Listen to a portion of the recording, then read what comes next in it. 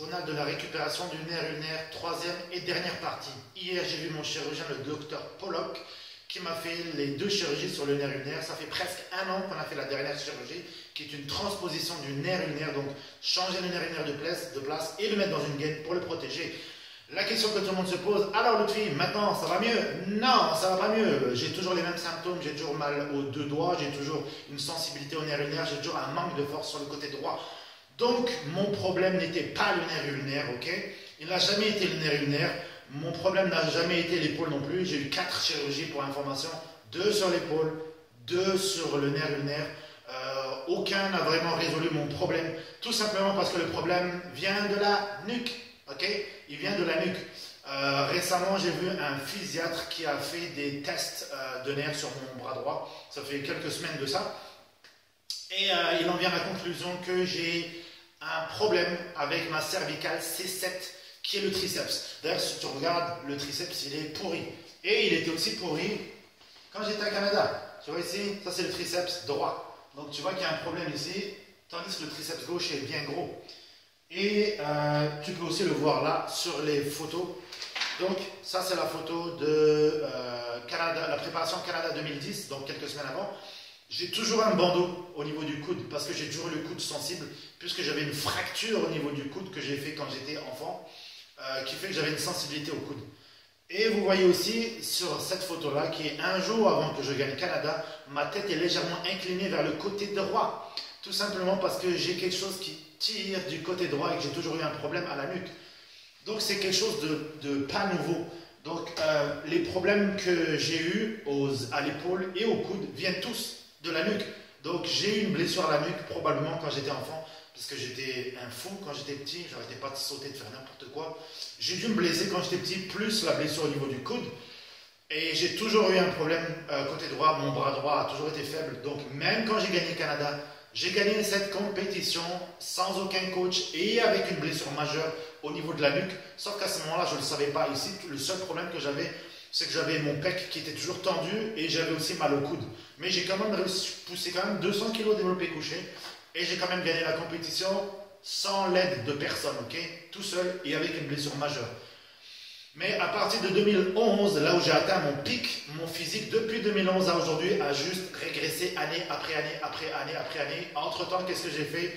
J'ai fait absolument tout, acupuncture, massage, orthothérapie, massothérapie, chiropractie, j'ai fait des injections de PRP, j'ai fait 4 chirurgies, j'ai fait tout un tas d'examens IRM. J'ai vérifié le plexus brachial, j'ai vérifié le nerf. Ah oui, c'est ça. Je dis j'ai vérifié. En fait, j'ai pris l'initiative, moi, Lutfi Ajaoul, l'entraîneur, pas le docteur, d'aller faire des recherches sur Google pour trouver qu'est-ce que c'est mon problème. Parce que les docteurs ne m'ont pas trop aidé. Les docteurs, pour moi, dans ce cas-là, ils étaient plus quasiment la plupart comme des secrétaires. C'est-à-dire que moi, je disais au docteur tout simplement ce que j'avais envie. C'est-à-dire que j'allais voir le docteur. Avant ça, je faisais des recherches, je cherchais plexus brachial, ou peut-être que j'ai une blessure là. Alors j'allais voir le docteur et je lui disais, fais-moi une prescription pour un plexus brachial, ou fais-moi un IRM pour l'épaule, fais-moi un IRM pour ci, pour ça. Et des fois, le docteur, lui aussi, bien sûr, a donné son opinion. Mais ce que je veux dire, c'est qu'il ne faut jamais se reposer sur le docteur, ok? Et d'ailleurs, c'est aussi un message général, tu ne dois jamais compter sur les autres pour t'aider. Jamais, c'est une erreur énorme, même si c'est ta femme ou ton frère ou je ne sais pas qui, ne compte jamais sur les autres, tu dois toujours compter sur toi-même. N'attends pas que les autres ils t'aident, tu dois t'aider toi-même, tu dois faire toi-même tes recherches et chercher à fond. Donc moi, ça veut dire que depuis 2011, depuis mars 2011, là où j'ai atteint mon pic en bodybuilding au niveau de la masse musculaire, depuis là, j'ai eu tout un tas de problèmes qui sont arrivés, le bas du dos, ensuite l'épaule gauche d'abord, ensuite l'épaule droite, ensuite le coude, et c'est toute une escalade et une avalanche de problèmes qui arrivent.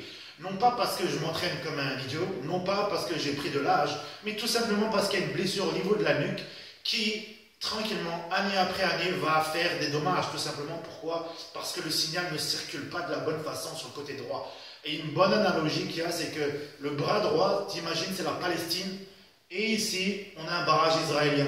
Donc là, tu as un barrage israélien et il n'y a rien qui passe. Il n'y a pas de nourriture, il n'y a pas de médicaments, il n'y a pas d'eau, il n'y a rien qui circule. Donc le bras droit, année après année, il va mourir, tu vois. Il y a toujours des petits réseaux souterrains, clandestins, qui font circuler de la nourriture par-ci par-là, mais c'est pas assez pour faire vivre suffisamment fort le bras droit. Et c'est aussi un petit message d'éveil des consciences pour dire ce qui se passe en Palestine. Bien sûr, ma situation au bras n'a rien à voir avec ce qui se passe en Palestine. On referme la parenthèse. Et donc c'est ça. Donc pour ceux qui me posaient des questions, donc le nerf ulnaire, non, ça n'a pas marché. Et pour tous ceux qui ont un problème du nerf ulnaire, arrêtez d'avoir des œillères comme de regarder juste le coude. Le chirurgien, ok, c'est son travail. Le chirurgien, il fait des chirurgies du coude et de l'épaule. Il ne va rien regarder d'autre. Il regarde soit l'épaule, soit le coude. Mon chirurgien, Dr Pollock. Donc, ce n'est pas son travail à lui d'aller investiguer. C'est plus le travail de mon médecin de famille qui ne fait pas du tout son travail, qui vaut zéro.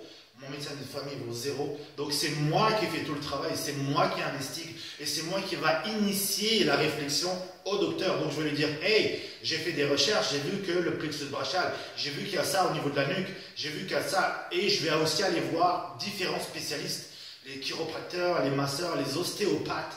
Et tous, chacun va avoir une opinion. Il dira, peut-être c'est ça, peut-être c'est ça. Toi, tout ce que tu dois faire, c'est ramasser toutes ces opinions et faire des recherches à développer le maximum de connaissances sur le corps humain, faire le rapprochement entre tes symptômes, les connaissances que tu as développées et les choses que les médecins ont vues sur toi. Quand tu fais quand tu ramasses tout ça ensemble, ça te donne une bonne idée dans quelle direction aller et quel examen demander à ton docteur ou à ton médecin de famille ou ton chirurgien ou n'importe.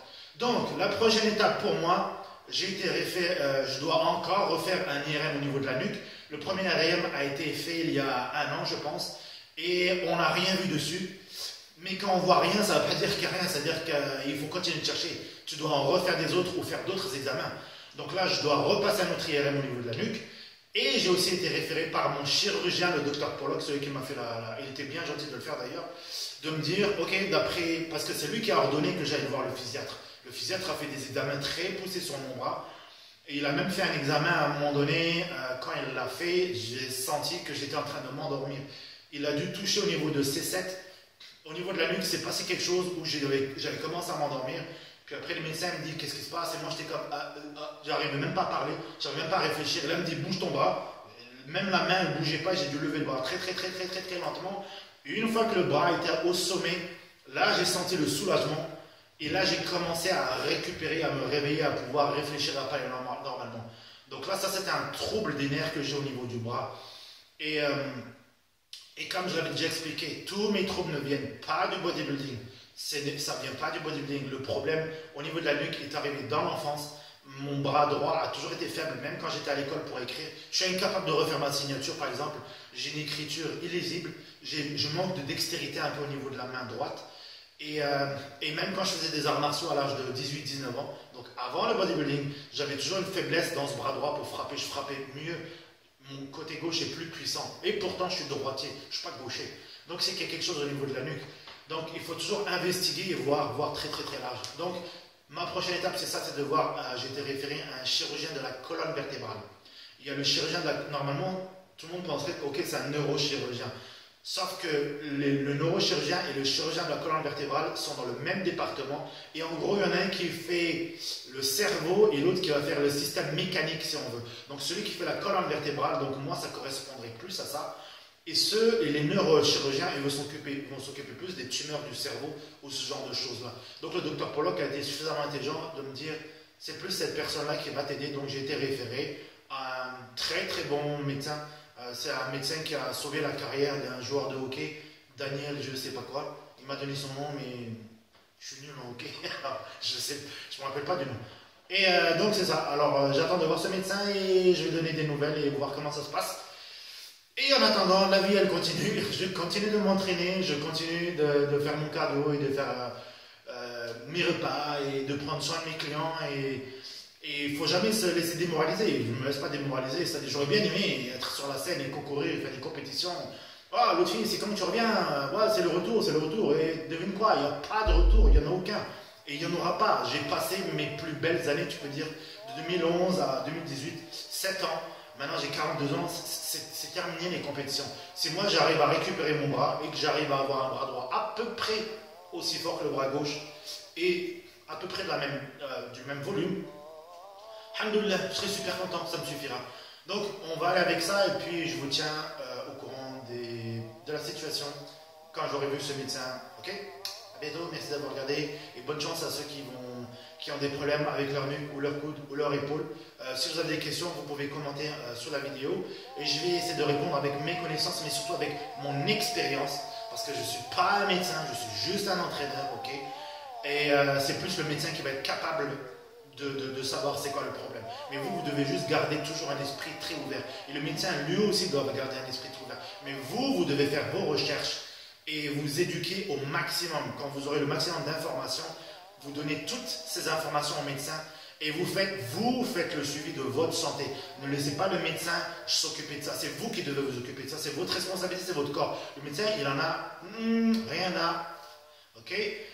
Lui, ce qui l'intéresse, le médecin, c'est son travail, il se fait payer pour ça, mais vous, c'est votre santé, donc c'est à vous de vous accrocher. Et quoi qu'on vous dise de laisser tomber, ou oh, vous devrez vivre avec ça le reste de votre vie, et non, non, non, non. Regarde, ceux qui sont dans la médecine, ok, dans la médecine et dans la science, on a un département gigantesque qui s'appelle la recherche. Ok, ça ne s'appelle pas la trouvaille, hein, ça s'appelle la recherche. Parce que tu cherches et tu cherches et tu cherches et des fois tu trouves jamais. Et le but du jeu, le but quasiment ultime, c'est de chercher le maximum. Le corps humain, mashallah, il est extrêmement complexe. C'est un univers qu'on a à l'intérieur de nous. Tu n'as pas le droit de baisser les bras dès qu'il y a une petite difficulté. Tu n'as pas le droit. Moi, je ne fais pas ça en tant qu'entraîneur. Je ne fais pas ça en tant qu'athlète. Et en tant qu'être humain ou en tant que personne qui est blessée, je ne vais pas faire ça. Et un médecin n'a pas le droit de faire ça non plus. Mais le médecin, comme j'ai dit, il en a un peu rien à secouer parce que ce n'est pas lui qui endure la douleur, mais c'est vous. Donc vous ne devez jamais abandonner. Ok? Restez positif et restez fort. Et on se retrouve très vite.